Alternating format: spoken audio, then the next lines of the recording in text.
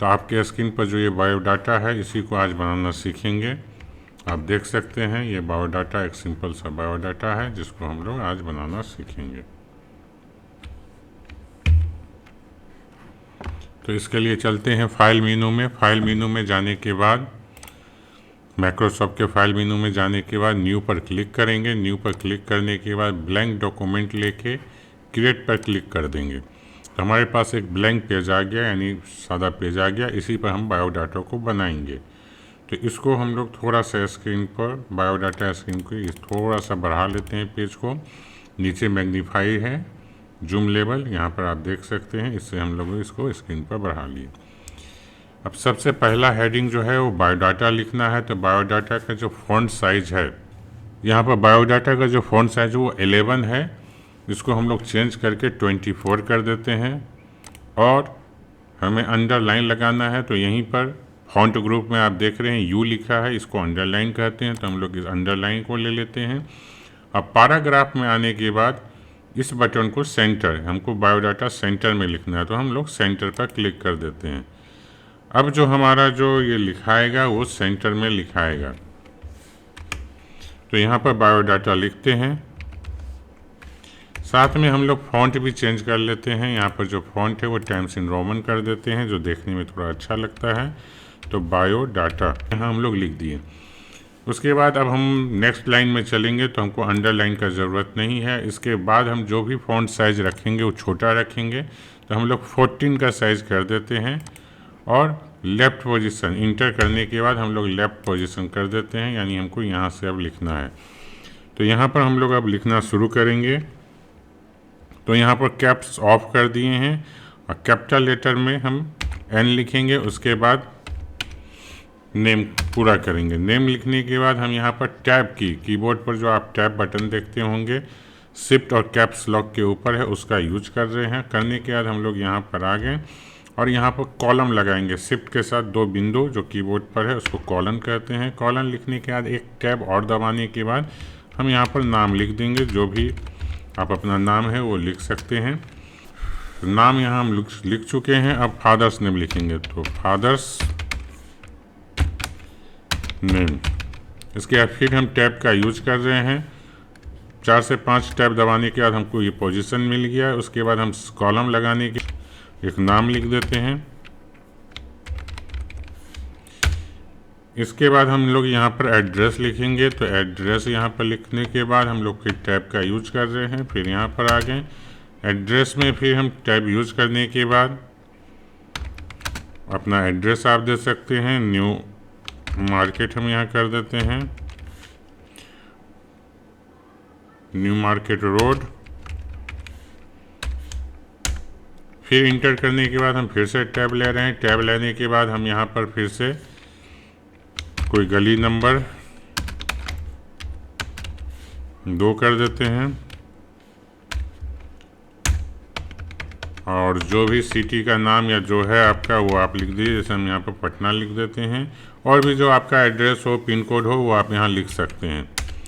लिए इसके बाद हम लोग एड्रेस लिखने के बाद कॉन्टैक्ट नंबर लिखते हैं।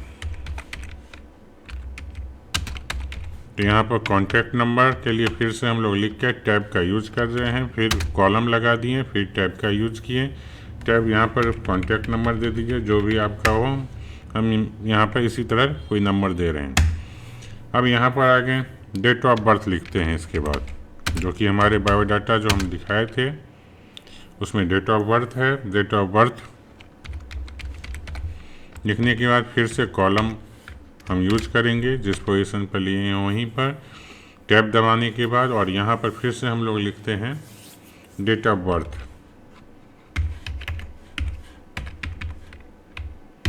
इसके बाद फिर से हम इंटर दबा दिए।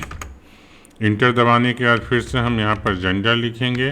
फिर टैब बटन का यूज करके हम इस पोजीशन पर आने के बाद सेमी कॉलम लगा के फिर एक टैब दबाएंगे। टैब दबाने के बाद जेंडर जो भी है वो लिखने के बाद फिर इंटर करेंगे। उसके बाद यहाँ पर हम रीजनल लिखेंगे, वो लिखने के बाद इंटर दबाएंगे। फिर हम यहाँ पर नेशनलिटी लिखने के बाद हम फिर टैब का यूज करेंगे। और यहाँ पर नेशनलिटी लिख दीजिए इंडियन।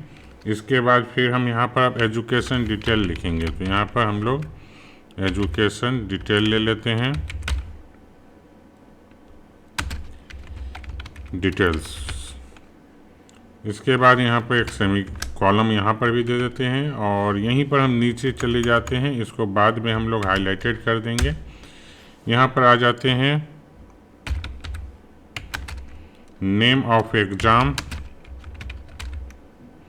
फिर यहाँ हम टैब या स्पेस यूज कर सकते हैं, इसको बाद में हम लोग सेट कर लेंगे। ईयर ऑफ पासिंग,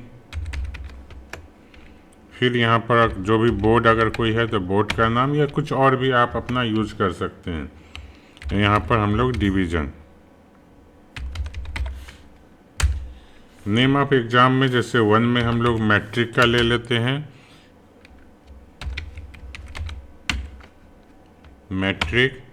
ईयर हम लोग यहाँ पर 2013, बोर्ड हम यहाँ पर BSB और डिवीज़न यहाँ पर फर्स्ट डिवीज़न कर दीजिए। फिर यहाँ पर 2 में इंटरमीडिएट,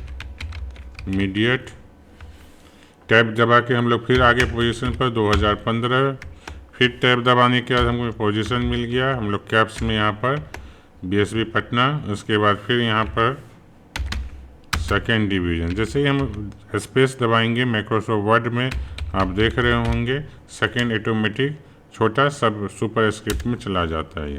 अब यहाँ से आगे हमको नहीं देना है, और देना है आपको तो अपना डिटेल और एजुकेशन को यहाँ और फिल कर सकते हैं। इसके बाद हम यहाँ पर एडिशनल क्वालिफिकेशन में जैसे कंप्यूटर नॉलेज है या नहीं, तो हम यहाँ पर लिखते हैं कंप्यूटर नॉलेज। और यहाँ पर फिर से टैब का यूज करने के बाद अगर कंप्यूटर नॉलेज का अगर कोई कोर्स किए हैं तो आप कोर्स का पूरा नाम लिख सकते हैं। जैसे हम यहाँ पर हम दे देते हैं कि diploma in computer application. Application का स्पेलिंग गलत हो गया तो आप इसको स्पेलिंग ग्रामर लेके सही कर सकते हैं। अब यहाँ पर हम आ जाते हैं, यहाँ पर लिख देते हैं लैंग्वेज नो, यानी आप क्या क्या लैंग्वेज जान रहे हैं, कौन कौन सा भाषा आप समझ पा रहे हैं, उसके बारे में आप यहाँ पर दे सकते हैं लैंग्वेज नो। फिर टैब का यूज करने के बाद हम इस पोजीशन पर आ गए और यहाँ हम दे देते हैं हिंदी इंग्लिश। इसके बाद फिर से अगर आपका कोई हॉबीज़ देना है तो आप हॉबीज़ दे दीजिए। हॉबीज़ मतलब आप किस में इंटरेस्ट रखते हैं या आप क्या आपको अच्छा लगता है। तो जैसे हम यहाँ पर मान लीजिए अगर आपको प्लेइंग गेम या क्रिकेट जो भी है, जैसे यहाँ प्लेइंग गेम, और इसके बाद जो भी हॉबी है आप यहाँ दे सकते हैं रीडिंग बुक। अब इसके नीचे हम आ जाते हैं हॉबीज़ के बाद और कुछ अगर है तो आप बीच में ऐड कर सकते हैं।